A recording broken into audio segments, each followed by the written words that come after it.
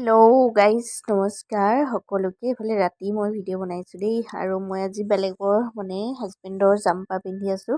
বেলেগৰ কাপোৰ পিন্ধি ভাল লাগে, আৰু ঠাণ্ডা যথেষ্ট পৰিছে। আৰু আজি ঠাণ্ডাত আমি হাঁহৰ মাংস খাম বুলি ভাবিছোঁ। ঠাণ্ডা দিনত হাঁহৰ মাংস খোৱাৰ মজাই বেলেগ, আৰু চবেই খায়ে আছে, আজি আমিও খাম। এইফালে লোকেল হাঁহ একেবাৰে ধুনীয়াকৈ কাটি থোৱা আছে।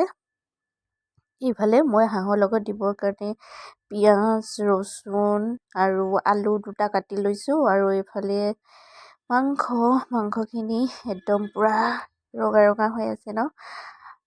হাঁহৰ মাংস বুলি ক'লে আৰু কোনে বেয়া পায়। আৰু বাকী এইফালে বস্তুখিনি দেখালোৱে গোটেইখিনি। তাৰ লগত আৰু কি দিওঁ, কেনেকৈ ৰান্ধোঁ, সেইটোৱে আপোনালোকক আজি দেখুৱাম। আপোনালোকে চাব আৰু কেনেকুৱা হৈছে।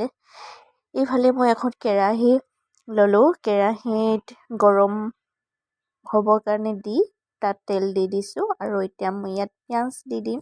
পিঁয়াজ দুটা কাটি লৈছোঁ, আৰু দুইটা পিঁয়াজ মই ধুনীয়াকৈ ব্ৰাউন কালাৰ হোৱালৈকে ফ্ৰাই কৰি ল'ম, আৰু লৰাই ধুনীয়াকৈ ফ্ৰাই কৰিব লাগিব। এইফালে দেখিছেনে? আৰু মই তেল বেছি দিয়া নাই, কেলৈ জানেনে? হাঁহততো তেল ওলাবই। আৰু ইয়াত হালধি এড কৰিছোঁ। মই বিশেষকৈ তেলতে হালধি দি দিওঁ দেই, তেতিয়া অকণমান ভাল হয়। এইফালে এতিয়া কালাৰটো চেঞ্জ হৈছে, আৰু লাহেকৈ হালধি দি লৰাই দিলোঁ, অকণমান ফ্ৰাই কৰি ল'লোঁ। এতিয়া ইয়াত মই মাংসখিনি এড কৰি দিছোঁ, আৰু মাংসখিনি এতিয়া দিয়াৰ পাছত ধুনীয়াকৈ লৰাই দিছোঁ। লৰাই ধুনীয়াকৈ ভাজি দিছোঁ। তাত নিমখ 1 চামুচ দিছোঁ, আৰু হালধিটো আগতে দিয়াই আছে। আৰু এতিয়া কোনো মছলা নিদিয়াকৈ অকণমান সময় মই লৰাই দিছোঁ। তাৰ পাছতহে অকণমান সময় তেলখিনি ওলোৱাৰ পাছত এতিয়া মই দিছোঁ ধনিয়া পাউডাৰ, আৰু এইফালে গৰম মছলা নিদিলেতো কেনেকৈ হ'ব। আৰু ইয়াতে আদা ৰচুনৰ পেষ্ট, আৰু স্মেল আহিবলৈ লৈছে, আৰু ধুনীয়া কালাৰ চেঞ্জ হৈ গৈছে। চাওক ইমান ধুনীয়া। আৰু এইফালে তেলবিলাক বহুত তেল ওলাইছিলে দেই।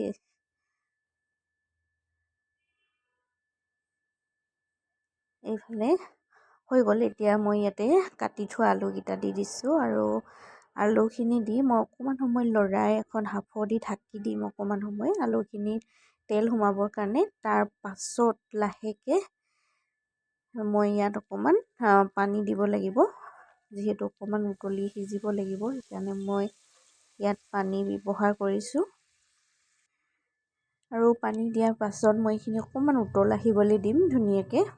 উতল আহিব, আৰু ধুনীয়াকৈ পানীখিনি অকণমান শুকাবলৈও দিম। গোটেই পানীখিনি ৰাখি নিদিওঁ, অকণমান গ্ৰেভি অকণমান পানী থকাকৈ ৰাখিম। আৰু এতিয়া মই ইয়াত ফ্লেভাৰৰ কাৰণে, আৰু স্মেলটো বহুত বেছি ভাল লাগে, মই ঘৰৰে জালুকৰ গুড়ি ব্যৱহাৰ কৰিছোঁ স্মেলটোৰ কাৰণে। আচলতে এইটো জ্বলাৰ কাৰণে নহয়, খুব ভাল লাগে স্মেলটো। আৰু প্লেট ধোৱা